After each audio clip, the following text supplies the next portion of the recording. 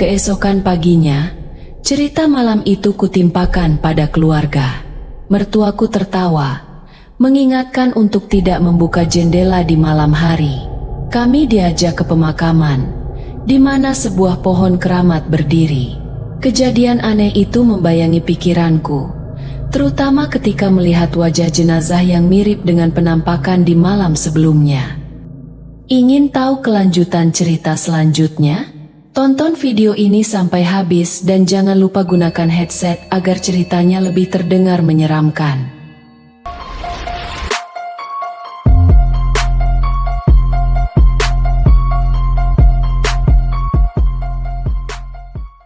Wiwi Gombel Part 1. Secangkir kopi, sebatang sigaret, dan seulas senyum dari seorang istri yang cantiknya melebihi bidadari merupakan ramuan yang mujarab untuk dijadikan obat dari segala rasa gundah yang melanda hati.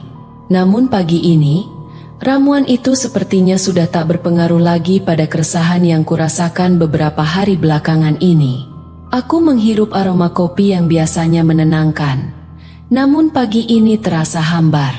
Retno, istriku, tersenyum padaku dengan mata yang masih mengantuk. Biasanya senyum itu bisa menghapus segala resah di hatiku, tapi tidak hari ini. Sigaret yang menyala di asbak hanya mengeluarkan asap tipis, tak menarik perhatianku untuk menikmatinya. Rasa gundah yang kurasakan mungkin sudah melebihi ambang batas kewajaran, hingga segala sesuatu yang biasanya terasa indah dan menyenangkan, pagi ini berubah menjadi sangat membosankan, bahkan terasa begitu menyebalkan. Pikiranku terus menerawang kembali ke percakapan yang terjadi beberapa hari lalu, di tengah suasana duka. Kau keterlaluan Bayu, belasan tahun kau menghilang, dan sekarang, kau kembali hanya untuk membahas masalah itu lagi, bahkan di saat tanah kuburan bapakmu saja belum sepenuhnya kering. Di mana otak warasmu Bayu? Ucapan Wak Karni, ibu angkatku, beberapa hari yang lalu itu masih terngiang jelas di telingaku. Ucapan yang begitu keras, hingga tak hanya membuat orang-orang yang hadir di ruangan itu terkejut, namun juga membuat bapak-bapak yang masih asyik mengobrol di ruang depan setelah selesai menggelar acara pengajian 40 harian meninggalnya Pak Dulmodin, ayah angkatku, terdiam tiba-tiba. Aku hanya ingin tahu siapa orang tua kandungku. Mak, apakah itu salah? Tanyaku dengan nada putus asa. Untuk apa? Agar kau bisa kembali kepada mereka dan meninggalkan emakmu yang sudah sebatang kara ini. Tidak Bayu, sudah cukup aku kehilangan bapakmu. Aku tak mau kehilangan dirimu juga, untuk yang kedua kalinya. Tapi Mak, cukup. Kalau kau datang hanya untuk membahas masalah itu, lebih baik kau kembali saja ke Kajang sana, dan jangan pernah lagi menampakkan wajahmu di depan emak. Tegas, Wak Karni menukas, sambil berdiri dan melangkah bergegas masuk ke dalam kamar, lalu membanting pintu dengan begitu keras, hingga membuat ruangan yang tak begitu luas ini bergetar karenanya.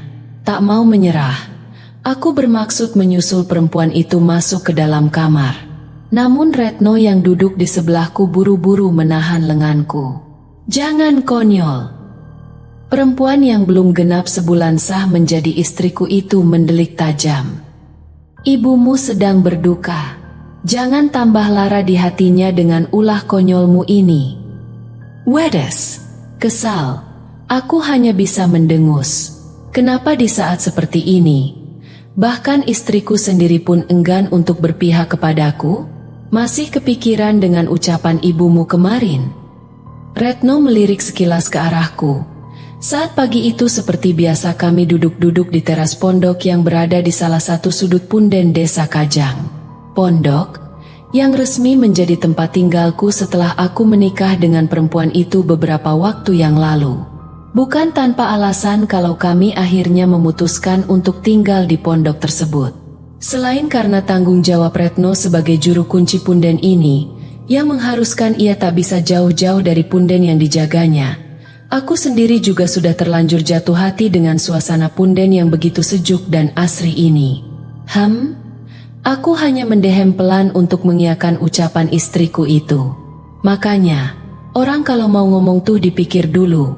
Sok bijak, Retno menasehatiku, sambil kedua tangannya sibuk mengupas kacang rebus.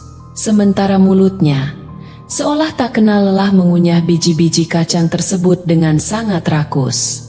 Entah kenapa, perempuan yang satu ini begitu keranjingan dengan kacang rebus. Hingga tak ada satu hari pun dalam hidupnya yang pernah ia lewatkan tanpa cemilan yang satu itu. Sudah tahu ibumu masih dalam suasana berduka, kau malah membahas masalah yang gak jelas seperti itu, sambung Retno. Gak jelas katamu. Aku mendelik ke arah perempuan itu. Aku hanya ingin tahu siapa orang tua kandungku, Ret. Apa itu salah? Heran aku. Kenapa dari dulu mereka itu selalu berusaha mati-matian untuk merahasiakan soal orang tua kandungku? Wajar kukira, Retno menjawab kalem. Wajar? Apanya yang wajar? Ya, orang tua mana coba yang rela kalau harus kehilangan anaknya?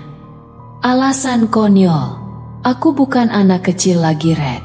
Dan aku juga bukan tipe orang yang tak tahu balas budi. Mana mungkin aku sampai tega meninggalkan orang yang telah merawat dan membesarkanku dari semenjak kecil? Lagi pula, aku yakin bukan itu alasan Wakarni dan almarhum Wakdul yang sebenarnya. Mengingat dulu saja mereka lebih memilih untuk membiarkanku minggat dari rumah daripada harus memberitahuku tentang siapa orang tua kandungku yang sebenarnya. Lalu, itu yang ingin aku tahu. Selain alasan kenapa orang tua kandungku dulu sampai tega membuangku tentunya. Hei, jangan bilang kalau kau masih mau nekat mencari keberadaan orang tua kandungmu ya. Kenapa enggak? Dasar Retno mendenges. Ternyata benar ya apa kata orang.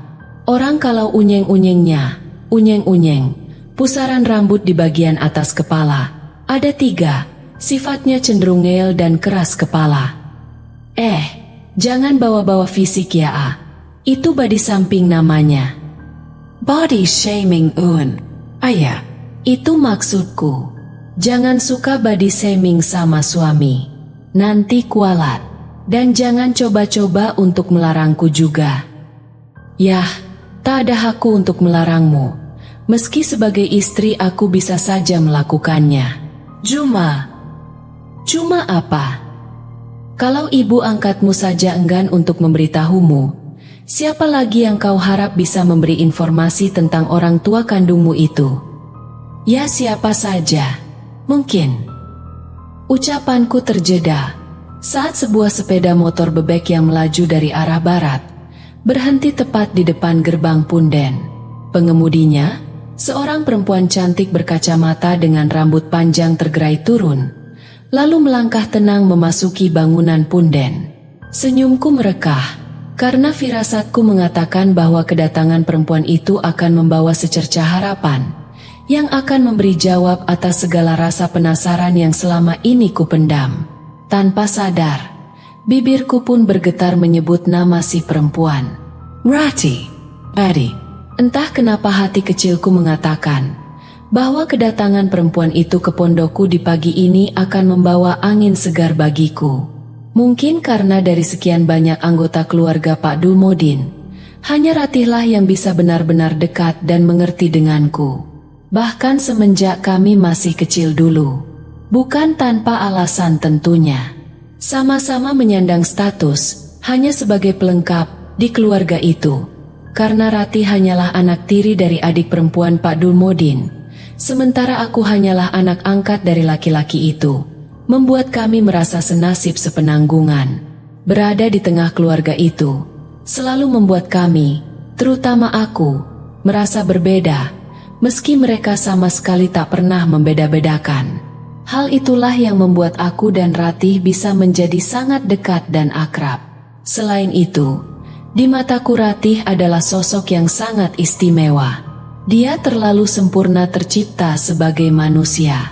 Sifatnya yang begitu lembut dan keibuan, namun di saat-saat tertentu bisa tiba-tiba berubah menjadi beringas dan menyeramkan, membuat siapapun yang mengenalnya akan menaruh hormat kepada perempuan itu, termasuk diriku tentunya, meski statusku adalah kakak sepupunya. Cara berpikirnya yang sangat matang, karena usianya memang jauh lebih tua dariku, membuatku tak segan untuk sekedar mencurahkan rasa hati atau meminta nasihat di saat sedang menghadapi masalah yang tak bisa kupecahkan sendiri. Termasuk dalam hal ini tentunya. "Tumben pagi-pagi sudah kemari?"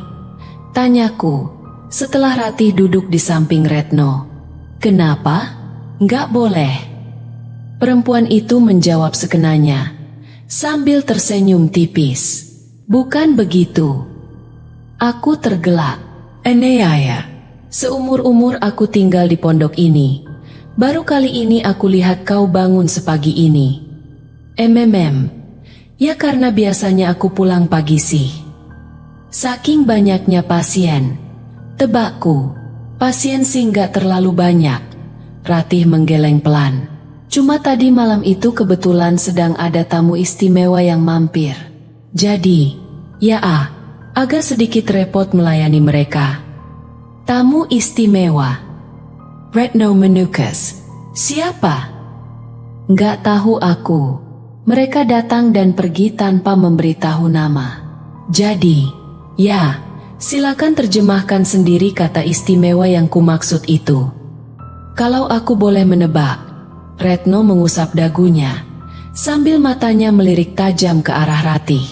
"Pastilah yang namanya tamu istimewa itu bukan dari kalangan manusia kan?"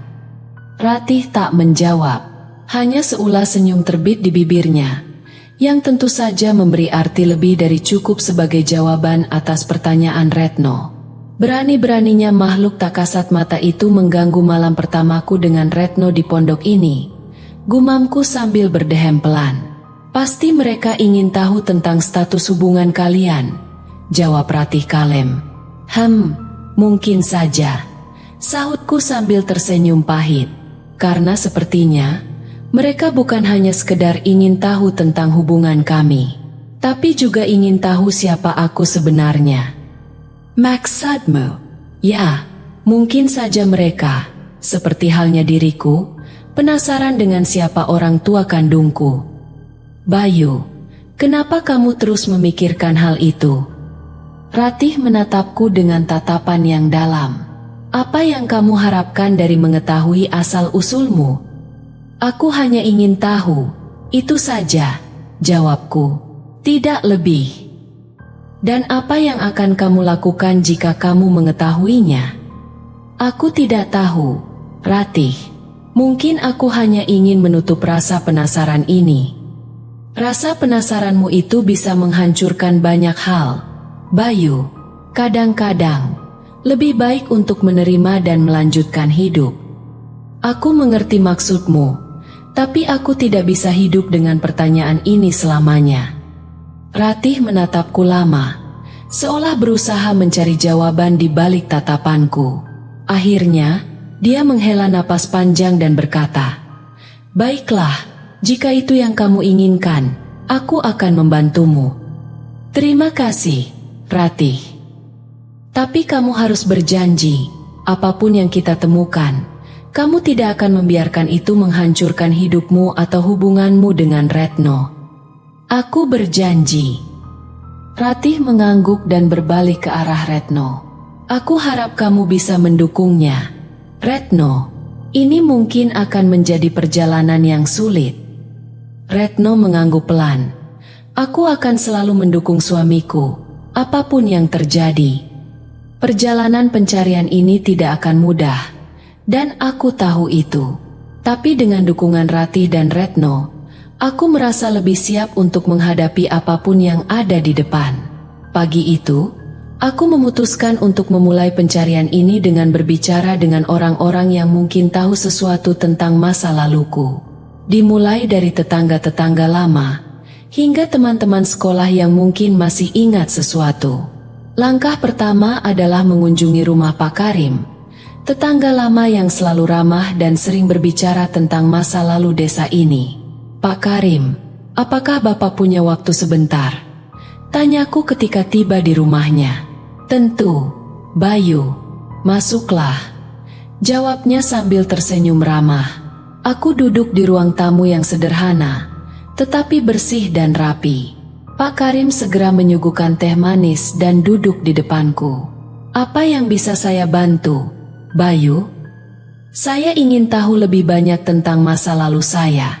Pak, apakah Bapak tahu sesuatu tentang orang tua kandung saya? Pak Karim terdiam sejenak, seolah mencoba mengingat sesuatu dari masa lalu. Aku tidak tahu banyak, Bayu. Tapi aku ingat ada beberapa rumor di desa ini tentang seorang anak yang ditemukan di hutan dekat Punden. Mereka mengatakan anak itu adalah kamu. Benarkah? Ada yang tahu siapa yang menemukan saya? Seingatku, itu adalah Pak Dulmodin dan istrinya, Wak Karni.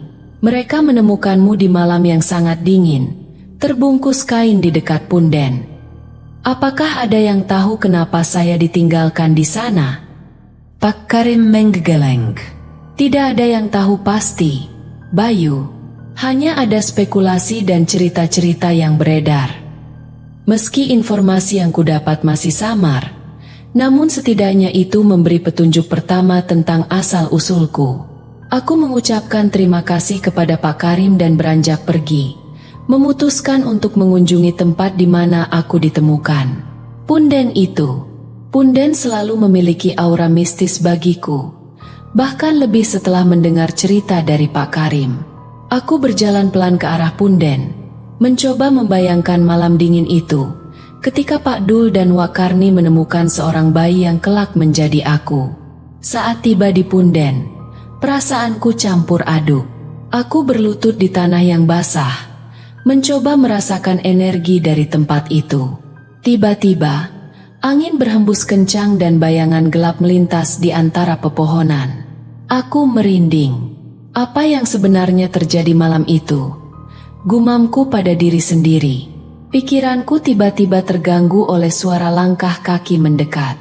Aku berbalik dan melihat seorang pria tua dengan wajah keriput berdiri di dekat pohon besar. Matanya memancarkan kebijaksanaan dan misteri.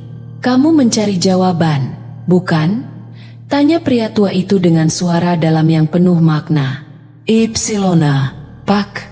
Saya mencari tahu tentang orang tua kandung saya," jawabku dengan hati-hati. "Aku tahu banyak hal tentang desa ini, termasuk tentang dirimu," katanya sambil mendekat. "Tapi jawaban yang kau cari tidaklah sederhana. Banyak rahasia yang tersembunyi di balik cerita ini. Tolong, Pak. Saya butuh tahu," pintaku dengan harapan besar. Pria tua itu mengangguk perlahan. "Baiklah, mari kita bicara di tempat yang lebih tenang. Ada banyak yang harus kuceritakan padamu." Aku mengikuti pria tua itu menuju sebuah gubuk kecil di tepi hutan. Di dalam, suasananya tenang dan damai, namun penuh dengan aura mistis. "Aku Mbah Tunggak," katanya sambil duduk di kursi kayu tua. "Dan aku tahu banyak tentang asal-usulmu, Bayu." Mbah Tunggak mulai menceritakan kisah yang panjang dan penuh liku, tentang bagaimana desaku dahulu dikenal dengan kejadian-kejadian aneh dan misterius, tentang Punden yang selalu menjadi pusat dari kejadian-kejadian tersebut. "Orang tuamu, Bayu, bukanlah orang biasa," kata Mbah Tunggak dengan suara bergetar. "Mereka memiliki hubungan dengan dunia gaib yang sangat kuat. Malam itu, mereka berusaha menyelamatkanmu dari sesuatu yang sangat jahat." "Apa maksud Mbah?" tanyaku semakin penasaran. "Orang tuamu terlibat dalam pertempuran dengan makhluk gaib yang disebut Wewe Gombel. Mereka harus meninggalkanmu untuk melindungimu. Itulah sebabnya kamu ditemukan di dekat Punden. Itu adalah tempat yang paling aman bagi bayi sepertimu." Hatiku berdebar kencang mendengar cerita itu. Wewe Gombel adalah makhluk yang selalu kuanggap hanya sebagai legenda, namun ternyata memiliki hubungan erat dengan masa laluku. Dan sekarang, Wewe Gombel itu mencari kesempatan untuk kembali, lanjut Mbah Tunggak. "Dan itu berarti kamu dalam bahaya besar, Bayu. Lalu apa yang harus saya lakukan, Mbah?" Tanyaku dengan ketakutan dan kebingungan. Kamu harus menemukan orang tuamu yang sebenarnya. Mereka adalah satu-satunya yang bisa membantumu menghadapi ancaman ini, jawab Mbah Tunggak tegas. Dengan informasi yang baru kudapat, aku tahu pencarianku belum berakhir. Ini baru permulaan dari perjalanan panjang yang harus kulalui. Dengan semangat yang baru, aku bertekad untuk menemukan orang tuaku dan menghadapi takdirku, apapun yang terjadi. Karena itu, tak mau membuang waktu. Begitu perempuan itu telah menghenyakan pantatnya di atas bangku kayu yang ada di teras pondokku, aku pun segera menginterogasinya. Wak Karni yang menyuruhku kemari, jawab perempuan itu singkat. Gaya dan cara bicaranya masih sama seperti dulu, dungeon, dan datar tanpa ekspresi. Apakah itu berarti emak telah berubah pikiran? Tanyaku penuh harap. Tidak juga, kembali perempuan itu menjawab singkat. Setelah terlebih dahulu menyecap teh hangat yang tadi dihidangkan oleh Retno. Justru sebaliknya, sambung perempuan itu. Wak menyuruhku kemari untuk menegaskan kembali ucapannya tempo hari. Meski aku yakin, kedatanganku ini hanya akan sia-sia. Aku tahu pasti, kau tak akan berhenti sampai di sini, meski Wak telah begitu keras memperingatkanmu tempo hari. Huff, setengah mendengus, aku menghembuskan napasku kuat-kuat, sambil menghempaskan punggungku pada sandaran kursi, sekedar untuk mengusir rasa kekecewaan yang mendera hati. Apa sebenarnya yang membuatmu begitu bernafsu untuk mengetahui siapa orang tua kandungmu itu, Mas? Aku melengak. Pertanyaan itu seolah membangkitkan kembali asaku yang sesaat lalu sempat pupus. Kutatap wajah Ratih yang justru tengah menatap ke arah makam tua yang ada di bawah pohon beringin besar di tengah-tengah area punden ini. Ada keseriusan yang terpancar dari wajah itu. Dan itu membuatku yakin bahwa pertanyaan yang ia ajukan barusan bukanlah sekedar pertanyaan biasa.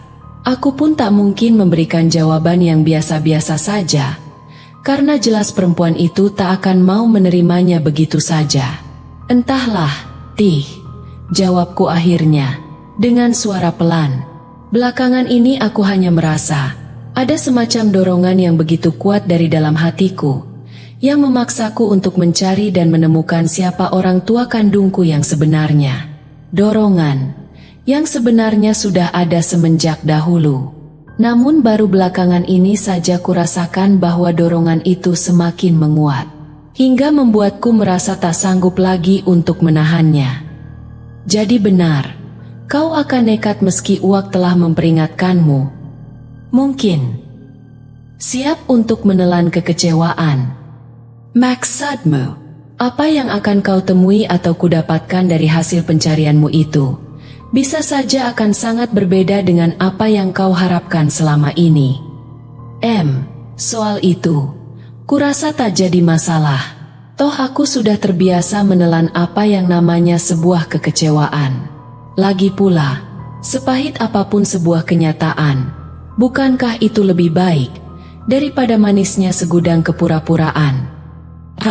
Sudah kuduga, cepat atau lambat hal ini pasti akan terjadi. Maksudmu, segala sesuatu yang pernah diawali, cepat atau lambat, suatu saat memang harus diakhiri. Tangguh, jangan bilang kalau kau sebenarnya tahu semua rahasia yang selama ini disimpan oleh kedua orang tua angkatku itu. Tidak juga, lebih tepatnya, tak banyak yang aku tahu, karena aku masih terlalu kecil waktu itu. Ceritakan padaku, akan kuceritakan. Tapi, sebelum itu, perlu untuk kau tahu, Mas, aku menceritakan semua ini, bukan berarti aku mendukung apa yang sudah menjadi keputusanmu, melainkan, hanya agar bisa kau jadikan bahan pertimbangan, sebelum kau melangkah terlalu jauh. Ada banyak alasan kenapa selama ini Wakdul dan Wakarni mati-matian merahasiakan siapa sebenarnya jati dirimu. Dan semua itu mereka lakukan semata-mata hanya demi kebaikanmu. Maka dari itu, kuharap kau bisa menyikapi secara bijak apapun kenyataan yang akan kau temui nanti dari hasil kedekatanmu ini. Aku terdiam untuk sesaat. Kata-kata Ratih itu terasa begitu dalam dan penuh makna.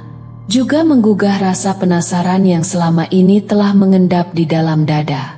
35 tahun yang lalu, sambung Ratih, mulai sedikit menyingkap tabir misteri yang selama ini berusaha untuk kuungkap. Datang seorang laki-laki menemui Wakdul, seorang sahabat lama yang datang dengan maksud untuk menitipkan bayinya pada Wakdul. Karena desa tempat tinggalnya sedang dilanda pagebluk atau bencana.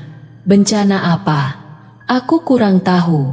Yang aku dengar, kebanyakan yang menjadi korban dari bencana itu adalah kaum bayi dan anak-anak. Karena itulah laki-laki itu menitipkan bayinya pada Wakdul, agar terhindar dari bencana itu. Dan bayi itu adalah aku. Tepat sekali, desis Ratih. Lalu laki-laki itu, entahlah, kalau tak salah waktu itu Wakdul memanggilnya dengan sebutan Kibayan Mantingan. Mantingan, itu sebuah dusun kecil, berada di tepi hutan Jati Donoloyo sana. Eden, aku mendengus kasar. Hutan Jati Donoloyo. Aku tahu betul akan hutan jati yang sudah ada semenjak ratusan tahun yang lalu itu. Berada di kota kecamatan Selogohimo. Masih satu wilayah kabupaten dengan kota yang kutinggali sekarang. Siapa sangka kalau apa yang aku cari selama ini ternyata hanya berjarak beberapa jengkal dari ujung hidungku. Tidak menunggu lebih lama, aku memutuskan untuk berangkat ke dusun Mantingan keesokan harinya. Retno yang sejak awal mendukungku tak berkeberatan ketika aku meminta izin untuk pergi sendiri kali ini. Hati-hati, Mas. Jika ada yang mencurigakan, segera kembali, katanya dengan mata penuh kekhawatiran. Aku mengangguk dan mencium keningnya. Aku akan berhati-hati. Perjalanan menuju dusun Mantingan terasa seperti perjalanan kembali ke masa lalu. Hutan jati yang lebat dan sunyi memberikan kesan mistis yang kuat. Setelah beberapa jam berjalan kaki, akhirnya aku tiba di dusun itu.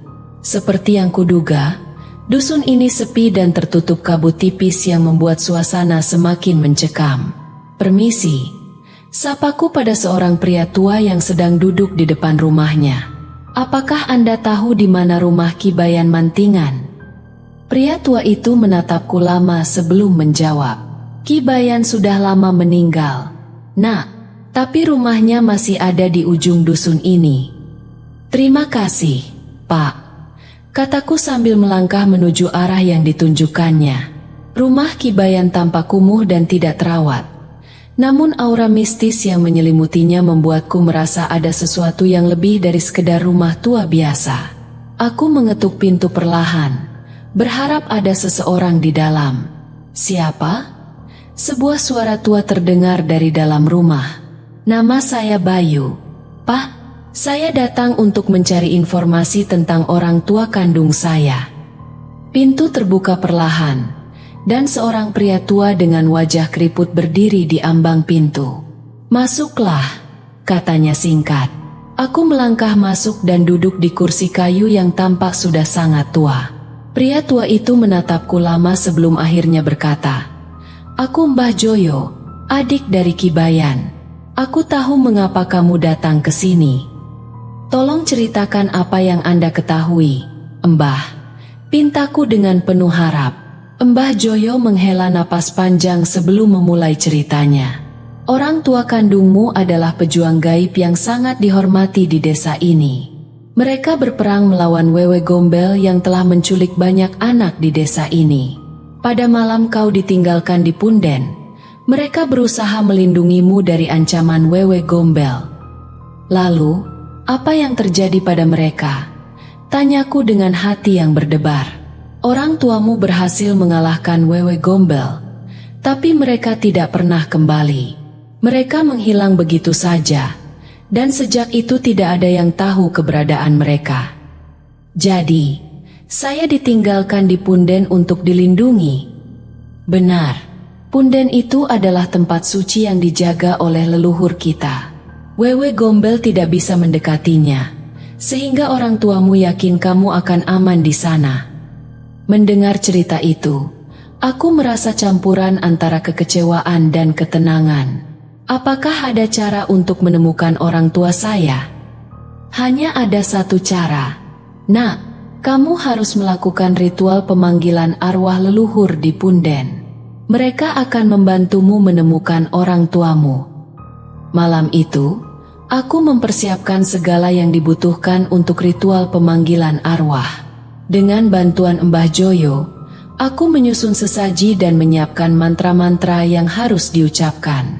Tepat tengah malam, aku mulai melantunkan mantra dengan hati yang penuh harap. Wahai arwah leluhur, saya Bayu memohon petunjuk dan perlindunganmu. Tunjukkanlah jalan untuk menemukan orang tua kandung saya. Kabut tebal tiba-tiba menyelimuti punden, dan suara-suara aneh mulai terdengar dari segala penjuru. Tiba-tiba, sosok bayangan muncul di hadapanku. Bayu, anakku. Sebuah suara lembut namun penuh wibawa terdengar. Ibu? Ayah? Tanyaku dengan mata berkaca-kaca. Kami di sini, Nak. Kami selalu menjagamu dari kejauhan. Jawab suara itu. Mengapa kalian meninggalkan saya? Kami tidak punya pilihan lain. Bayu, ancaman Wewe Gombel terlalu besar. Kami harus memastikan kamu aman. Tapi ketahuilah, kami selalu ada di sekitarmu, meski tak terlihat. Dengan air mata yang mengalir di pipiku, aku merasa beban yang selama ini menghimpit hatiku perlahan terangkat. Terima kasih, Ibu, Ayah. Saya akan melanjutkan perjuangan kalian dan melindungi desa ini dari segala ancaman. Pagi harinya, aku kembali ke desa dengan semangat baru. Retno menyambutku dengan senyuman lega. Bagaimana, Mas? Aku tersenyum dan mengangguk. Aku sudah menemukan jawabannya. Dan sekarang, aku tahu apa yang harus kulakukan. Dengan semangat baru, aku bertekad untuk melindungi desa ini dari ancaman gaib dan menemukan cara untuk membawa orang tuaku kembali. Perjalanan ini belum selesai, tapi aku tahu, aku tidak sendirian. Dusun Mantingen, sepenggal petunjuk yang diberikan oleh Ratih kemarin, sudah cukup untuk membuatku berkemas di pagi ini.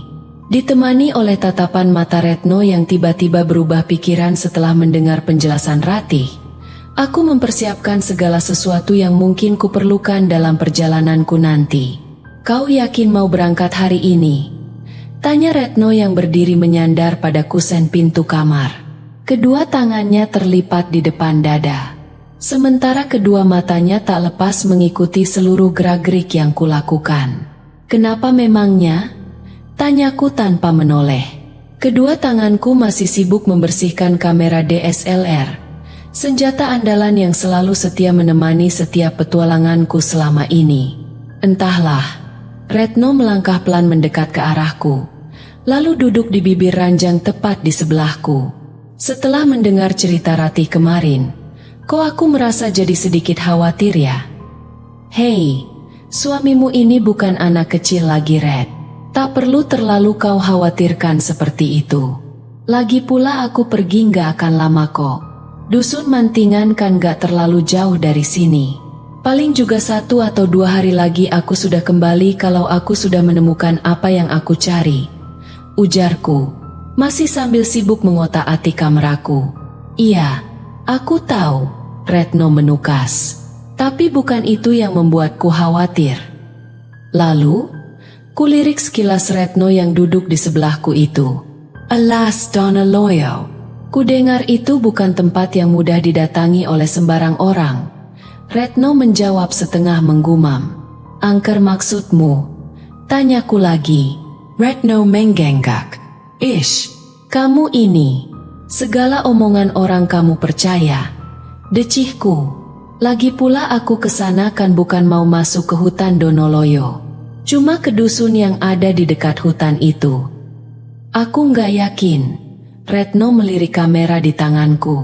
Seorang penulis sepertimu, dengan kamera di tangan, Mustahil kalau akan melewatkan begitu saja tempat sefenomenal hutan Donoloyo yang sudah berada di depan mata. Aku tersenyum. Ada rasa bangga yang kurasakan saat menyadari bahwa Retno sebegitu perhatiannya kepadaku. Dan sebagai seorang suami, sudah sepantasnya aku harus menghargai setiap perhatian yang ia berikan. Karena itu, kamera di tangan segera aku letakkan. Lalu kurengkuh dan kugenggam jemari lentik milik perempuan itu. Janji deh, kali ini aku nggak akan macam-macam, ujarku sambil mengerling nakal ke arahnya. Lalu kamera itu. Retno masih kurang percaya. Hanya sekedar buat jaga-jaga. Siapa tahu nanti nemu sesuatu yang bisa dijadikan bahan tulisan. Hah, itu sama saja. Aku terkekeh. Retno menspek. Percaya deh, kali ini aku beneran janji. Aku nggak akan macam-macam di sana. Karena tujuanku yang utama hanyalah untuk mengetahui keberadaan orang tua kandungku. Ujarku mulai serius. Aku masih belum yakin, ujar Retno setengah menggumam. Hei, kau tak percaya lagi dengan suamimu ini? Bukan tak percaya, tapi apa? Aku akan mengizinkanmu pergi, tapi dengan syarat.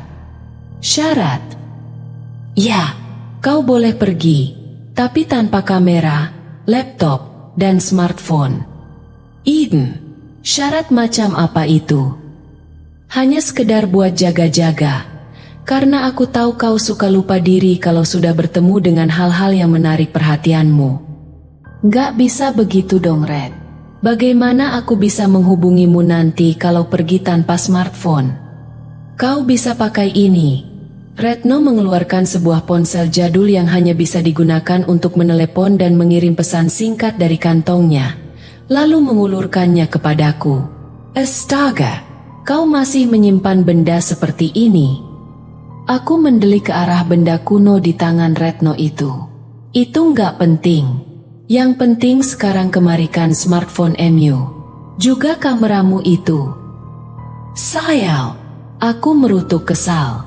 Namun tak urung, benda-benda yang diminta oleh Retno itu pun kuserahkan, meski dengan berat hati. Dan satu lagi, Retno kembali berujar, sambil menyimpan benda-benda kesayanganku di dalam lemari kecil dan menguncinya. Kau harus berjanji, bahwa apapun yang terjadi, kau tak akan mendekat apalagi memasuki kawasan hutan Donoloyo. Ayah, iya. Kenapa sih kau begitu takut kalau aku masuk ke sana? Tanyaku sambil mengikat tali sepatuku. Aku takut kau hilang. Dikira aku kelereng apa sampai sebegitu gampangnya hilang? Retno terkekeh, lalu kembali berkata, ku pegang janjimu ya. Kalau sampai ingkar, awas saja. Awas kenapa? Kusumpahi kau tak akan bisa bertemu dengan orang tua kandungmu itu. Kejam sekali kau. Retno kembali terkekeh. Segampang itu aku bisa membuatnya tertawa. Setelah beberapa saat lalu wajahnya terlihat begitu muram. Sudah siang, aku meraih tas ranselku, sambil melirik jam dinding yang telah menunjukkan pukul 7 lewat. Aku harus berangkat. Kuantar sampai ke depannya. Aku mengangguk. Berdua, kami pun lalu beranjak keluar dari area punden yang selama ini menjadi tempat tinggal kami. Aku menuntun sepeda motor kesayanganku, sementara Retno berjalan di sebelahku. Hati-hati, dan jangan lama-lama di sana. Dan jangan lupa untuk pulang dalam keadaan hidup, ujar Retno sambil membantuku mengencangkan tali helm. Pesan macam apa itu? Aku hanya merungut, sambil menyalakan mesin motorku. Retno terkekeh. Senyumnya mengembang, mengiringi lambaian tangannya, saat motor yang kukendarai mulai berjalan meninggalkan area punden itu. Logehimo, itu nama kota yang menjadi tujuan perjalananku. Sebuah kota kecamatan yang berada di ujung timur kabupaten, dengan suasananya yang sejuk dan asri. Entah sudah berapa puluh tahun aku tak menginjakkan kaki di kota ini. Padahal kalau dipikir-pikir, jaraknya cukup dekat dengan kota tempat tinggalku. Masih dalam satu wilayah kabupaten yang sama. Sepertinya aku harus berterima kasih kepada Ratih. Karena seperti dugaanku, kedatangannya kemarin benar-benar membawa angin segar untukku. Meski awalnya ia mengatakan bahwa ia datang karena diutus oleh Wakarni, ibu angkatku, untuk menegaskan kembali peringatan yang telah diberikan oleh orang tua itu kepadaku beberapa hari yang lalu. Namun setelah ngobrol ngalor ngidul tanpa ujung dan pangkal, akhirnya Ratih mau juga membuka sedikit tabir rahasia yang selama ini ditutup rapat-rapat oleh kedua orang tua angkatku itu. Motor sengaja ku kendarai dengan perlahan, menyusuri jalanan aspal yang berliku khas jalanan di daerah pegunungan. Sepanjang perjalanan, tak puas-puasnya aku menikmati pemandangan yang terhampar di sisi kiri dan kanan jalan. Area perkampungan yang diselingi dengan luasnya hamparan persawahan yang membentang luas, terlihat begitu asri dengan latar belakang perbukitan yang membiru di kejauhan sana. Sebuah pemandangan yang biasa sebenarnya untuk orang yang lahir dan besar di desa sepertiku. Namun karena hampir seluruh masa remaja hingga dewasaku kuhabiskan di tanah perantauan, hal yang biasa itu nampak begitu luar biasa. Hingga tanpa sadar, laju motorku telah memasuki kota yang menjadi tempat tujuanku. Laju motor pun kublokkan, memasuki area parkir pasar yang juga berfungsi sebagai terminal bayangan bagi angkutan pedesaan. Suasana cenderung sepi. Hanya nampak beberapa mobil omprengan yang terparkir secara serampangan. Juga beberapa motor tukang ojek yang berbaris di salah satu sudut parkiran. Mungkin karena hari ini bukanlah hari pasar, sementara selayaknya pasar-pasar di daerah pada umumnya, pasar di sini hanya ramai di hari-hari tertentu saja. Aku segera memarkirkan motorku di dekat sebuah warung kaki lima yang berada di salah satu sudut parkiran. Warung yang hanya berupa meja kayu reot tempat menaruh aneka dagangan berupa aneka makanan dan minuman, dijaga oleh seorang perempuan tua yang rambutnya telah memutih semua. Beberapa orang laki-laki, yang kukira adalah para tukang ojek dan sopir omprengan, nampak duduk di atas kursi kayu yang mengelilingi meja si nenek, menikmati kopi sambil ngobrol dan bersendau gurau. Aku pun segera menggabungkan diri dengan bapak-bapak tersebut, memesan secangkir kopi, lalu ikut larut dalam obrolan mereka, sebelum akhirnya aku menanyakan letak dusun. Sial, desisku dalam hati, merasa sedikit tertipu oleh tawaran ongkos yang sangat tinggi dari Pak Tukang Ojek. Namun, dengan setengah hati, aku mengeluarkan uang untuk membayar kopi dan gorengan yang diminta. Nah, gitu kan enak, ujar Pak Tukang Ojek sambil bangkit dari tempat duduknya.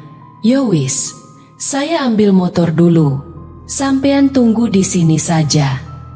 Aku duduk sendiri di warung, sambil menunggu Pak Tukang Ojek kembali dengan motornya. Kepalaku dipenuhi dengan pikiran-pikiran yang berputar, mencoba untuk mencerna semua yang telah terjadi sejak kedatanganku ke kota kecil ini. Dusun Mantingan, begitu misterius namun sulit dijangkau. Apa yang sebenarnya terjadi di dusun itu sampai membuat orang-orang begitu enggan untuk membicarakannya? Beberapa menit kemudian, Pak Tukang Ojek kembali dengan motornya yang sudah cukup usang. Ya wis, Mas, kita berangkat, ajaknya sambil memakai helm. Aku mengangguk, lalu menyusulnya untuk naik ke belakang motornya. Perjalanan menuju dusun Mantingan berlangsung cukup menyenangkan di awalnya. Jalanan yang mulus di perkotaan segera berganti dengan jalan setapak yang berliku di tengah hutan. Sementara Pak Tukang Ojek terus saja berceloteh tentang segala hal yang terlintas di pikirannya, aku mulai merasakan ketegangan yang memuncak. Apakah benar aku sedang menuju ke tempat yang angker dan berbahaya seperti yang diceritakan orang-orang? Tiba-tiba, kami berhenti di tepi jalan yang cukup luas, terbuka di samping jalan setapak. Yo, Mas, ini mulut desanya, ujar Pak Tukang Ojek sambil menunjuk ke depan. Aku menatap ke arah yang ditunjuknya. Di sana, terdapat sebuah jalan setapak yang masuk ke dalam hutan yang semakin gelap. Ini saja yang bisa saya lakukan, "Mas, kalau sampean mau lanjut, ya silakan jalan kaki masuk ke dalam. Tapi hati-hati ya, jangan sampai sesat.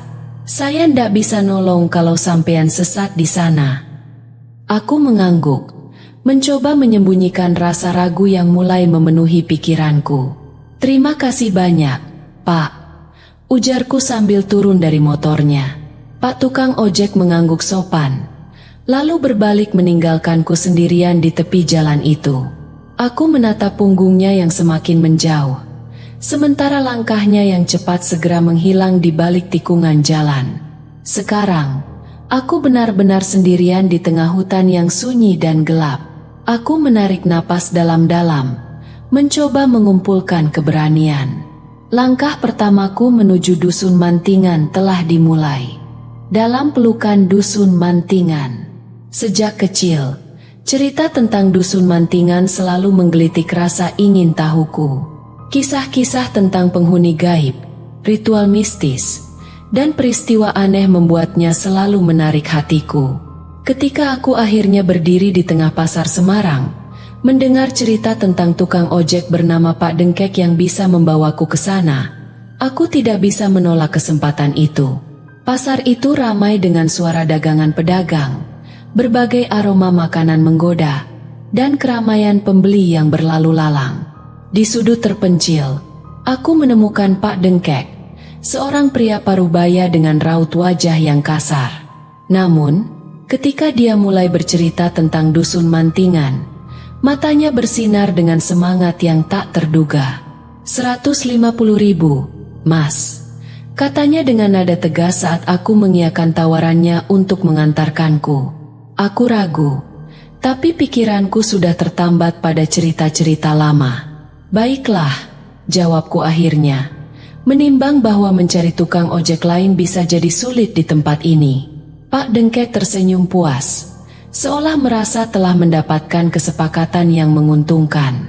"Tunggu di sini, Mas.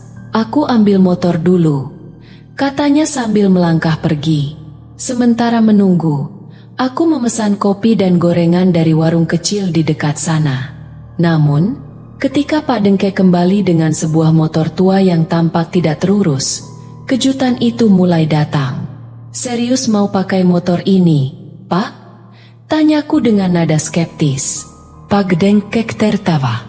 "Jangan dilihat dari penampilannya, Mas. Motor ini tahan banting, bisa kemana saja." Aku menghela nafas, menerima kenyataan bahwa mungkin inilah yang bisa aku dapatkan. Setelah membayar makananku dan memberikan ongkos kepada Pak Dengkek, aku akhirnya naik ke motor tua itu, merasa sedikit ragu namun juga penuh antusiasme akan petualangan yang akan kualami. Perjalanan ke Dusun Mantingan tidak seperti yang kuduga. Jalanan yang kami lewati awalnya ramai dengan kendaraan, tapi semakin jauh dari pusat kota, suasana berubah. Rumah-rumah mulai jarang, digantikan oleh ladang-ladang yang luas dan hutan-hutan yang semakin lebat.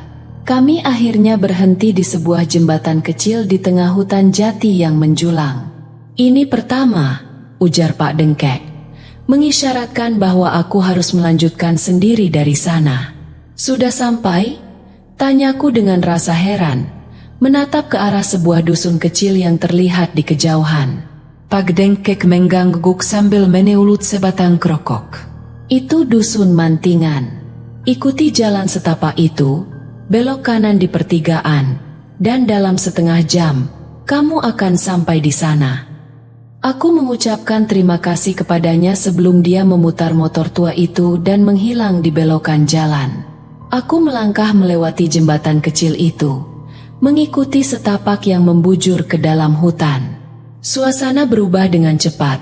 Hutan jati yang lebat menutupiku dari sinar matahari, menciptakan atmosfer yang terasa semakin mencekam seiring langkahku memasuki wilayah yang semakin sunyi. Tak lama setelah berjalan, aku merasakan sesuatu yang aneh. Udara terasa lebih dingin, dan desiran angin melalui pepohonan menambah nuansa kesepian di sekitar. Aku mendengar suara gemuruh jauh dari kejauhan, mungkin dari arah dusun yang kusasar. Tetapi, Aku tidak melihat siapapun di sekitar yang bisa memberikan petunjuk. Setelah beberapa saat berjalan, aku tiba di pertigaan jalan yang disebutkan Pak Dengkek. Tanpa ragu, aku belok kanan, memasuki jalan yang semakin sempit dan menanjak. Pepohonan semakin rapat di kedua sisi jalan, menambah rasa terisolasi di tengah hutan yang sunyi ini. Saat aku melanjutkan perjalanan, aku mendapati diriku semakin terpesona oleh keindahan alam sekitar, meskipun aura misteriusnya semakin kentara.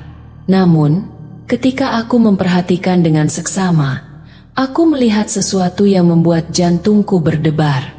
Di samping jalan, di balik semak-semak, terlihat siluet-siluet yang bergerak dengan cepat. Mereka tampak seperti bayangan manusia, tetapi ada sesuatu yang tidak wajar dalam gerakan mereka. Aku mencoba mengabaikan, mencari alasan bahwa itu mungkin hanya ilusi optik atau hewan-hewan hutan yang tidak terlihat dengan jelas. Namun, ketika perjalanan berlanjut, kehadiran mereka semakin terasa. Mereka mengelilingiku dengan cara yang aneh, kadang-kadang bergerak begitu cepat sehingga sulit untuk mengikutinya dengan mata telanjang. Itu membuatku semakin yakin bahwa sesuatu yang tak bisa dijelaskan sedang terjadi di Dusun Mantingan. Akhirnya, aku tiba di pinggiran Dusun Mantingan. Dilihat dari kejauhan, rumah-rumah tampak tenang di bawah cahaya senja yang mulai meredup. Aku melangkah dengan hati-hati, mencari tanda-tanda kehidupan atau sinyal bahwa aku benar-benar sampai di tempat yang aku cari selama ini. Namun, begitu aku memasuki dusun itu, suasana berubah drastis. Rumah-rumah yang tampak terlantar, jendela-jendela tertutup rapat, dan keheningan yang menyelimuti semuanya.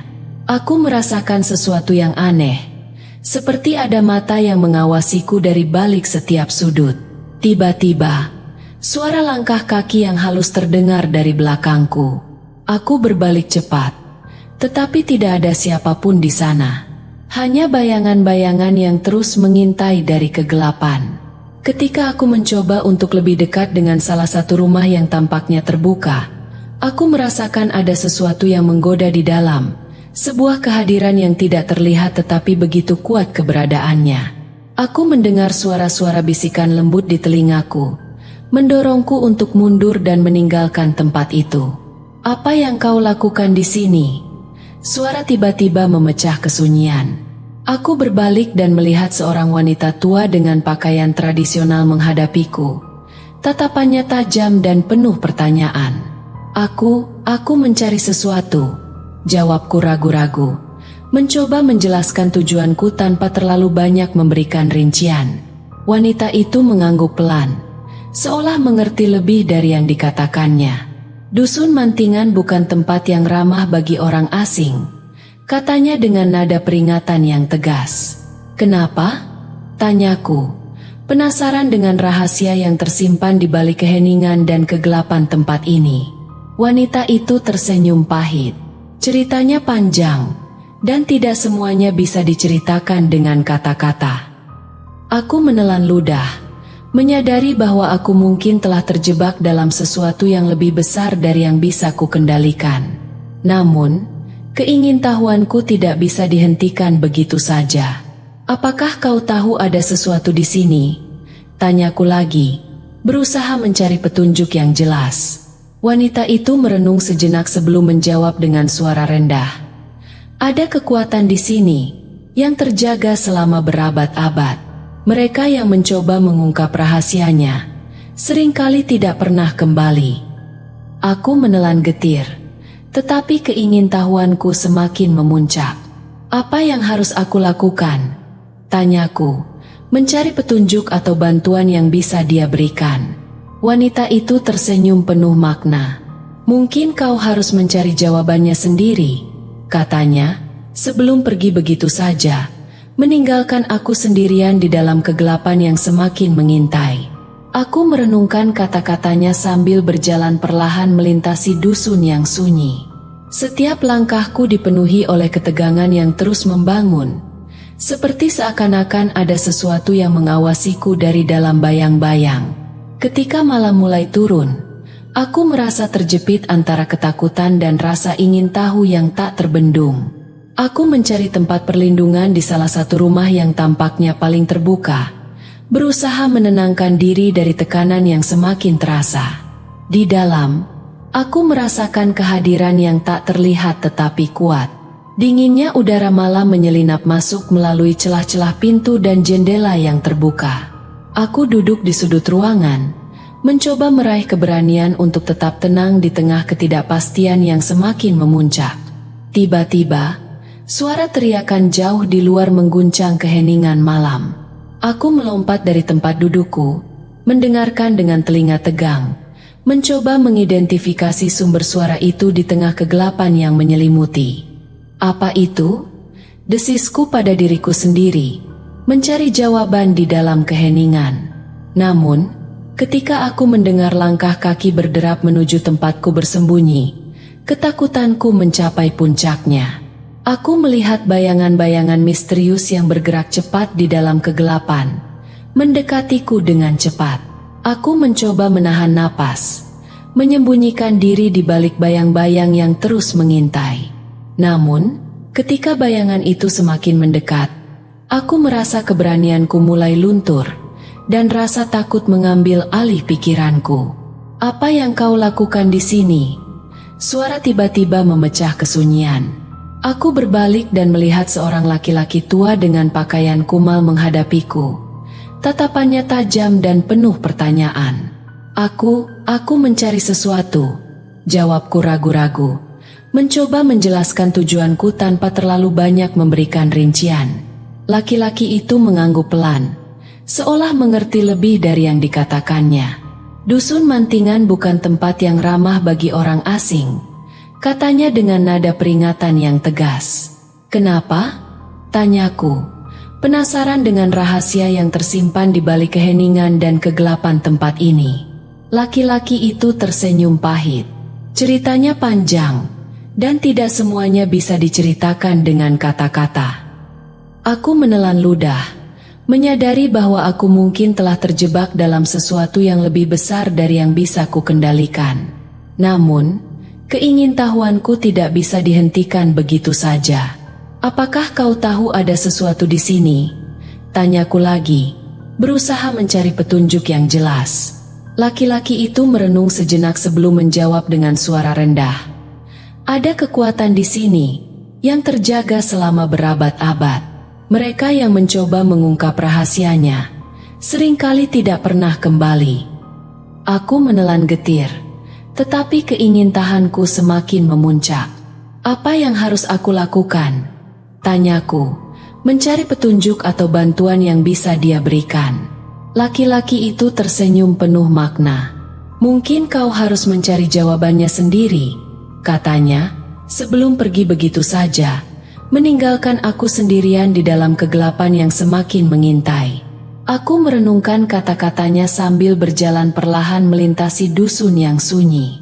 Setiap langkahku dipenuhi oleh ketegangan yang terus membangun, seperti seakan-akan ada sesuatu yang mengawasiku dari dalam bayang-bayang. Ketika malam mulai turun, aku merasa terjepit antara ketakutan dan rasa ingin tahu yang tak terbendung. Aku mencari tempat perlindungan di salah satu rumah yang tampaknya paling terbuka, berusaha menenangkan diri dari tekanan yang semakin terasa.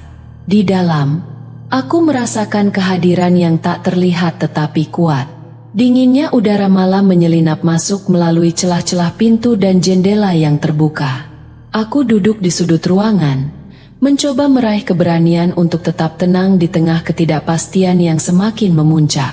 Tiba-tiba, suara teriakan jauh di luar mengguncang keheningan malam. Aku melompat dari tempat dudukku, mendengarkan dengan telinga tegang, mencoba mengidentifikasi sumber suara itu di tengah kegelapan yang menyelimuti. "Apa itu?" desisku pada diriku sendiri, mencari jawaban di dalam keheningan. Namun, ketika aku mendengar langkah kaki berderap menuju tempatku bersembunyi, ketakutanku mencapai puncaknya. Aku melihat bayangan-bayangan misterius yang bergerak cepat di dalam kegelapan, mendekatiku dengan cepat. Aku mencoba menahan napas, menyembunyikan diri di balik bayang-bayang yang terus mengintai. Namun, ketika bayangan itu semakin mendekat, aku merasa keberanianku mulai luntur, dan rasa takut mengambil alih pikiranku. Pelan, aku lalu melangkah menyeberang jalan, setelah sebelumnya mengabadikan dusun yang menjadi tujuanku itu dari kejauhan dengan menggunakan lensa kameraku. Suasana cenderung sunyi di sini. Sejauh mata memandang, yang terlihat hanyalah hijaunya pepohonan. Tak ada sosok manusia yang nampak, kecuali pengendara kendaraan bermotor yang sesekali melintas dengan kecepatan tinggi. Sampai di seberang jalan, aku kembali menghentikan langkah untuk sesaat, menatap jalan setapak yang sebenarnya tidak benar-benar setapak. Jalan yang cukup lebar, namun karena jarang dilalui orang, jalanan itu terkesan sempit. Rumput liar tumbuh di sisi kiri kanan jalan, mengapit jejak tanah memanjang bekas telapak kaki dan roda kendaraan. Ada sedikit rasa ragu yang sempat hinggap di hatiku. Namun rasa itu segera kubuang jauh-jauh. Tekadku sudah bulat. Apapun yang akan terjadi atau kutemui nanti, aku harus siap untuk menghadapi dan menerimanya. Aku lalu kembali melangkah. Setapak demi setapak kususuri jalanan yang hening dan sunyi ini. Semakin jauh aku melangkah, keheningan itu semakin terasa. Suara kendaraan yang melintas di jalan raya sudah tak terdengar lagi, berganti dengan suara ocehan aneka binatang hutan yang saling bersahutan. Juga gemericik air yang mengalir di parit besar yang memanjang di sisi kiri jalan. Sementara di sebelah kanan, pepohonan juga tumbuh semakin rapat, hingga sulit bagiku untuk membedakan mana hutan dan mana ladang. Matahari kian meninggi, namun udara justru semakin terasa sejuk dan dingin. Selain karena semakin lebatnya pepohonan, juga arah yang kutuju sepertinya mulai mendekati area perbukitan. Sampai akhirnya, tibalah aku di persimpangan jalan seperti petunjuk yang diberikan oleh Pak Dengkek tadi. Dan sesuai dengan arahan Pak Dengkek, aku mengambil jalur yang ke arah kanan. Jalur menanjak yang tak terlalu terjal dengan permukaan batu kali yang disusun rapi. Sedikit lebih baik daripada jalan setapak yang barusan aku lalui, meski semak dan rerumputan liar masih tumbuh di sana-sini. Sambil melangkah, sesekali aku memandang sekeliling, takut kalau perkampungan yang aku tuju terlewat tanpa kusadari. Rasa takut, yang sepertinya tak beralasan, karena setelah beberapa saat melangkah, kedua mataku dapat melihat bangunan rumah beberapa puluh meter di depanku. Aku semakin mempercepat langkahku. Bangunan itu pun semakin jelas terlihat. Rumah-rumah sederhana yang berada di balik pagar tanaman hidup yang berjajar rapi di sisi jalan nampak usang dimakan usia. Dinding temboknya mengelupas di sana-sini, dipenuhi oleh lumut dan tanaman rambat yang tumbuh liar di beberapa tempat. Atap gentengnya sebagian besar telah rontok, hingga menampakkan lubang besar yang menganga di sana-sini. Sepertinya rumah-rumah ini telah lama dibiarkan kosong tak berpenghuni. Aku kembali melangkah. Rumah kedua terlihat tak jauh berbeda dengan yang pertama. Rumah ketiga, kondisinya lebih parah lagi. Selain gentengnya telah rontok dan dindingnya mengelupas, bangunan itu juga miring beberapa derajat ke sebelah kiri. Nyaris roboh. Rumah keempat, kelima, dan... Tunggu, apa aku tak salah lihat? Kenapa semua rumah yang kutemui kondisinya seperti ini? Semua nampak usang dan tak terawat. Bahkan beberapa di antaranya telah roboh, hingga tinggal menyisakan puing-puing. Kebun dan pekarangan yang mengelilingi rumah juga sepertinya dibiarkan terbengkalai tak terawat. Tak nampak adanya tanda-tanda kehidupan. Semua dibiarkan begitu saja, seperti sebuah dusun mati yang tak berpenghuni. Membawa rasa heran, aku terus melangkah, hingga sampai di pintu masuk ke pemukiman yang berada tepat di sisi kiri jalan yang aku lalui. Ada sisa-sisa bangunan semacam tugu atau gapura beton yang telah gompal di sana-sini di sisi kiri dan kanan jalan itu. Tak hanya lumut dan tanaman rambat, kali ini kawat berduri juga menghiasi sisa-sisa gapura itu. Kawat berduri, yang sepertinya sengaja dipasang melintangi jalan, sebagai tanda bahwa jalan itu telah ditutup dan tak boleh dilewati. Tak cukup sampai di situ, sebuah pelang dari papan tebal juga dipasang di antara dua bangunan gapura itu. Pelang dengan tulisan besar berwarna hitam berisi peringatan dan larangan agar tidak memasuki dusun itu, karena kawasan itu dianggap terlarang dan berbahaya. Apa-apaan ini? Aku berjongkok, lalu menyibak tanaman rambat yang menyelubungi sisa bangunan gapura itu. Ada sisa tulisan yang masih bisa kubaca dengan jelas meski sebagian hurufnya telah hilang dimakan usia. Sugengro, Dusun Mateningen. Tak salah lagi, ini dusun yang aku cari. Tapi kenapa kondisinya seperti dusun mati begini? Kemana para penghuninya? Dan, bukankah itu? Kedua mataku memicing, menatap ke kejauhan, di mana nampak sesosok perempuan tengah berjalan di antara puing-puing bangunan dan semak-semak rerumputan sambil menggendong seikat kayu bakar di punggungnya. Mbak, Tangguh. Tanpa pikir panjang, aku segera berdiri dan merenggangkan untayan kawat berduri di depanku, bermaksud untuk menerobos masuk dan mengejar perempuan itu. Namun baru saja sebelah kakiku hendak melangkahi untayan kawat itu, suara deru mesin kendaraan meraung keras dari arah sebelah kiriku. Refleksku langsung menoleh ke arah asal suara, dan kedua mataku membeliak seketika saat menyadari bahwa sebuah sepeda motor tengah melaju kencang tepat ke arahku, seolah sengaja ingin menabrakku. Tak sempat mengelak, karena selain jarak yang sudah terlalu dekat, sebelah kakiku masih terangkat di atas untayan kawat berduri. Aku hanya bisa melotot pasrah sambil memaki keras. Cerita, mantingan, dusun yang dilanda misteri. Grung! Suara deru mesin kendaraan terdengar dari arah kiriku, disusul dengan kemunculan sebuah sepeda motor yang melaju sangat kencang, tepat menuju ke arahku, seolah sengaja ingin menabrakku. Sontak aku memaki, sambil menarik kembali sebelah kakiku yang telah berhasil melangkahi kawat berduri dan bersiap menapak di atas tanah di seberang pagar. Sialnya, karena terlalu panik dan kurang hati-hati, salah satu ujung kawat berduri yang runcing tajam itu berhasil menggores betisku, merobek tidak hanya celana jeans yang kukenakan, tapi juga kulit betis yang berada di balik celana itu. Darah segar merembes dari luka itu, disusul dengan rasa perih yang bukan kepalang. Arg! Sayal! Aku kembali memaki, sambil melangkah terpincang menjauh dari pagar, sementara motor metik itu masih terus melaju ke arahku. Sampai akhirnya, saat roda depan sepeda motor itu hanya berjarak beberapa sentimeter dari lututku, motor itu berhenti mendadak karena sang pengemudi telah menarik handle rem dengan kuat. Kau! Aku menggeram kesal saat mengenali si pengendara motor itu. Si gadis cantik yang hampir saja diseruduk oleh Pak Dengkek saat hendak keluar dari area parkiran pasar. Bodoh! Gadis itu berseru kasar, sambil melompat turun dari kendaraannya lalu mendorongku menjauh dari pagar. Dorongan tangan kasar gadis itu membuatku terjengkang ke belakang. Hei, apa-apaan kamu ini? Centaka Kesel, kau yang apa-apaan?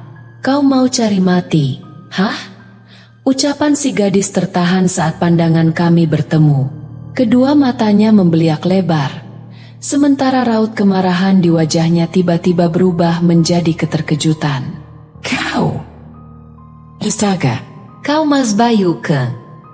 Gadis itu terpekik senang. Dari mana kamu tahu namaku? Tanyaku heran, sambil berusaha untuk kembali berdiri. Ya ampun, jadi benar kamu Mas Bayu? Yang dulu ngekos di kos Wulan, itu kan? Yang dekat sama kampus, anu? Gadis itu buru-buru membantuku untuk berdiri. Dong. Ya ampun. Jadi benar-benar nggak ingat? Padahal dulu hampir setiap hari lo kita ketemu dan ngopi bareng di warkopnya Mbak Romlah. Oh, kamu mahasiswi di kampus itu ya? Tanyaku lagi, mengingat seringnya nongkrong di warung kopi yang dimaksud gadis itu tadi. Aku cukup akrab dengan beberapa mahasiswa dan mahasiswi yang sering nongkrong di situ. Meski untuk mengingat nama dan wajah mereka satu persatu, jelas aku tak akan sempat. Nah, itu ingat. Mas Bayu. Astaga, itu kakimu kenapa, Mas? Sontak gadis itu panik saat melihat darah merembes dari luka robek di betisku. Nggak apa-apa kok. Cuma tergores kawat berduri itu tadi. Gara-gara kaget melihat kamu muncul begitu tiba-tiba. Kukira kamu tadi mau menabrakku. Jawabku. Maaf ya Mas. Aku sama sekali nggak bermaksud mengagetkanmu tadi. Cuma. Sebentar. Mas duduk aja dulu. Sepertinya di jok motorku ada kotak P3K. Bahaya lukamu itu kalau nggak segera diobati. Bisa-bisa nanti infeksi. Kawat-kawat itu kan sudah berkarat. Rindang berkata cepat. Secepat gerakannya yang melangkah kembali ke motornya lalu membuka jok dan mengacak-acak isi di dalamnya. Aku tersenyum sambil kembali duduk bersandar pada pokok pohon di sisi jalan. Gadis itu, sepertinya tipe gadis yang cukup menyenangkan. Gaya bicaranya yang lepas, penampilannya yang sedikit tombau, dan rasa khawatir yang ia tunjukkan setelah melihat luka di kakiku, mengingatkanku pada Retno yang saat ini mungkin tengah mengkhawatirkanku. Kenapa aku jadi membanding-bandingkannya dengan Retno sih? Segera kubuang jauh-jauh segala pikiran melanturku itu. Saat kulihat gadis itu telah kembali melangkah menghampiriku sambil menenteng kotak kecil di tangannya. Sebentar ya Mas, biar kulakukan perbanan dulu. Ucap Rindang sambil membuka kotak P3K-nya. Aku mengangguk, membiarkannya menangani luka di kakiku. Perasaanku sedikit berubah, dari kesal menjadi terharu. Mungkin ada baiknya aku mengenal lebih jauh gadis ini, pikirku dalam hati. Setelah merawat luka di kakiku, Rindang menutup kembali kotak P3K-nya dan menatapku serius. Mas Bayu, kamu harus lebih hati-hati. Kawat-kawat berduri itu kan bisa sangat berbahaya kalau tidak diwaspadai. Apalagi kalau di tempat yang sepi begini. Aku mengangguk, tersadar betapa bodohnya aku tadi. Terima kasih, Rindang. Maafkan aku tadi yang sempat memaki-maki kamu. Aku langsung panik saja melihat motor muncul begitu tiba-tiba. Rindang tersenyum. Gak apa-apa kok, Mas Bayu. Aku juga mungkin bakal bereaksi sama kalau aku jadi kamu tadi. Dia menepuk-nepuk bahu kiriku dengan ramah. Kamu masih tinggal di sini ya? Aku sebentar lagi mau pindah sih, ke rumah Pak Kadir di desa Mantingan. Jawabku sambil menunjuk jari ke arah kampung tempat tinggalku sekarang. Mantingan, di dusun Babatan sana. Rindang mempertigas. Iya, persis di sana. Wow, kamu berani banget tinggal di sana ya, Mas Bayu? Konon kabarnya banyak cerita misteri di sana. Cerita misteri? Ujarku takjub. Aku memang tak tahu ada apa di sana. Terlebih cerita misteri. Rindang menggengak. Ayah, konon katanya di desa itu sering ada kejadian aneh, seperti penampakan makhluk gaib, suara-suara aneh di malam hari, dan masih banyak lagi. Aku menggeleng. Mungkin hanya cerita orang-orang saja. Rindang mengangguk lagi. Mungkin, tapi kalau kamu tertarik, aku punya beberapa teman di sana. Mereka bisa cerita lebih banyak lagi tentang apa yang sebenarnya terjadi di Mantingan. Aku mengerutkan dahi. Teman-temanmu? Kamu juga pernah ke sana? Rindang menggeleng. Belum pernah. Tapi teman-teman kampusku yang dari sana sering cerita kalau di desa itu ada sesuatu yang tidak biasa. Aku mengangguk perlahan, memikirkan penjelasan Rindang. Mungkin akan sangat menarik kalau aku memang pindah ke desa Mantingan nanti. Bukan hanya sekadar menyelesaikan proyek, tetapi juga mungkin bisa mencari inspirasi untuk menulis cerita baru. Siapakah mereka? Tanyaku Rindang sambil mengerutkan keningnya. Iya, Mereka adalah sekelompok mahasiswa yang berasal dari Jawa Tengah. Salah satunya adalah Mirna. Gadisnya mirip dengan Rindang, dengan gaya bicara yang lepas, penampilan yang sedikit tombau, dan rasa khawatir yang ia tunjukkan setelah melihat luka di kakiku. Mengingatkanku pada saat masih duduk di sekolah. Pertemuan di Dusun Tiban. Mas Bayu mengikuti langkah cepat Rindang melintasi lorong-lorong sempit di dusun terpencil yang ditinggalkan. Cahaya matahari mulai redup di antara pepohonan yang rindang, menciptakan bayangan-bayangan menyeramkan di tanah yang sebagian besar telah ditinggalkan penghuninya. Udara terasa dingin dan atmosfer seperti terawat, seolah-olah ada sesuatu yang tak terlihat mengawasi mereka. "Kamu lihat itu, Rin?" Mas Bayu menunjuk ke arah selembar kain merah yang tergantung di antara dua pohon besar. "Itu gawar, kan?" Rindang mengangguk serius. Ya, gawar. "Ayahku yang memasangnya. Itu bukan sembarang kain, Mas. Itu kain yang sudah dijampi-jampi untuk menjaga agar makhluk jahat yang terkurung di sini tidak keluar dan meneror warga." Mas Bayu mencernici. "Jadi, itu artinya, tadi, aku ingin menghentikan kamu dari masuk ke sini karena melihat perempuan itu." Rindang memotong dengan wajah serius.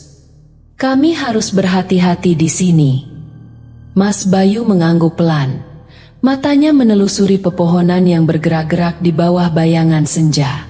"Saya kira begitu. Tadi, saya melihat perempuan itu membawa kayu bakar dan melintasi area ini." Rindang menggigit bibirnya, mencerna informasi itu. "Kamu serius? Perempuan itu tidak boleh ada di sini?" "Tidak." "Mengapa?" "Karena dia bukan dari sini." Rindang menjawab sambil bergerak menuju motor hitamnya. "Ayo, kita pergi. Kita harus melaporkan ini pada ayahku." Mas Bayu naik ke belakang Rindang, merasa takut. Motor mereka melesat kembali ke jalan menanjak, dengan hantu-hantu dari masa lalu ikut berputar di sekeliling mereka. Perjalanan mereka terhenti ketika mereka mencapai ujung jalan. "Ini dusunku," Rindang berkata. Matanya melihat ke seberang jembatan. Dia menarik motor hitamnya ke samping jalan, lalu turun dan berjalan cepat menuju teras sebuah rumah besar yang berdiri di ujung jalan. Mas Bayu berjalan di belakangnya dengan hati-hati, merasa tidak enak. Dia melihat laki-laki besar berdiri di teras dengan tatapan tajam. "Siapa dia?" Mas Bayu bertanya. "Kakakku," Rindang menjawab. Lalu tersenyum lebar sambil menyalami dan mencium tangan laki-laki itu. Mas Bayu terdiam. Dia melihat kakak Rindang dengan hati-hati, mencoba menilai orang asing ini.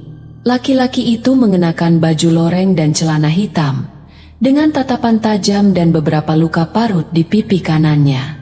Dia menyandar di tiang beton, berdiri seperti patung yang mengawasi mereka dari kejauhan. "Tunggu," bisik Mas Bayu dalam hati. Dia menyesal melihat Rindang berjalan begitu cepat, seolah-olah tidak ada masalah.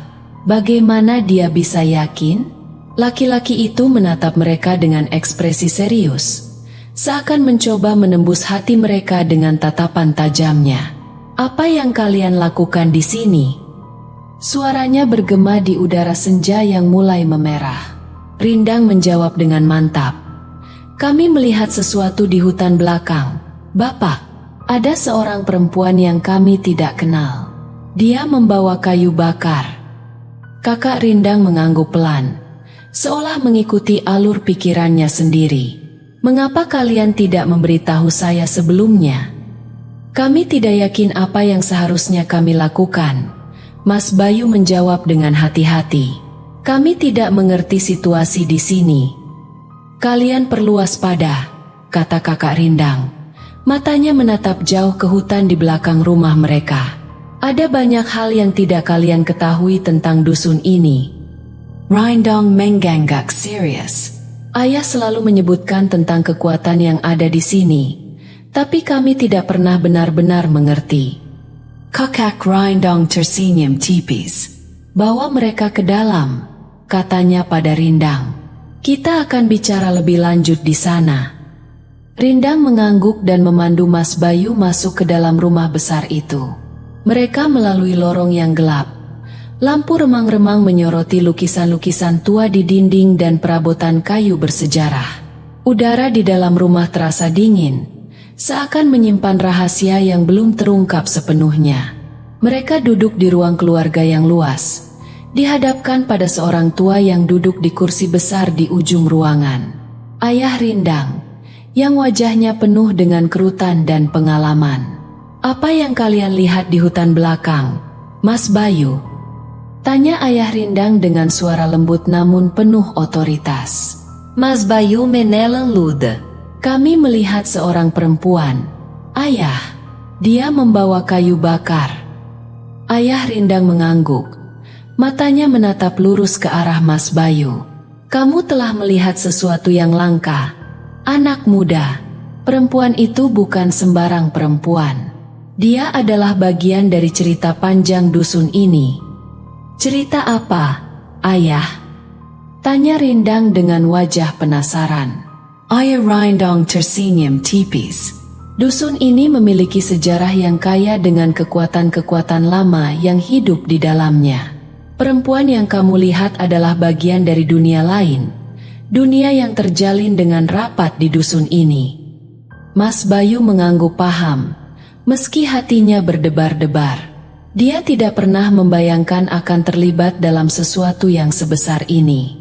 Kamu harus berhati-hati di sini, lanjut Ayah Rindang.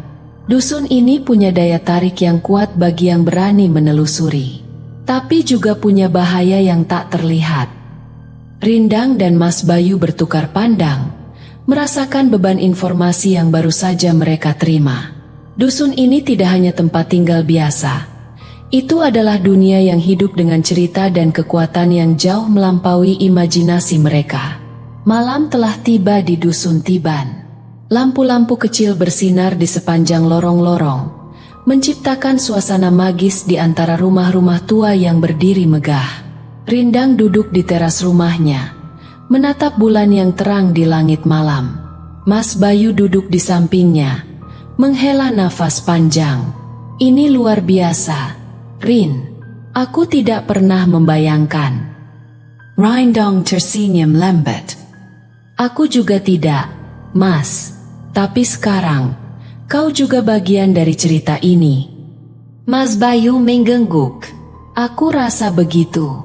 Terima kasih telah memperkenalkanku pada duniamu. Rindang tersenyum lebih lebar lagi. Kamu selalu welcome di sini, Mas. Mereka duduk bersama di bawah langit malam yang tenang, merasakan kehangatan dari persahabatan yang baru terjalin di tengah-tengah misteri dusun yang menyimpan begitu banyak rahasia. Terima kasih telah menonton. Like and subscribe dan tekan lonceng notifikasi.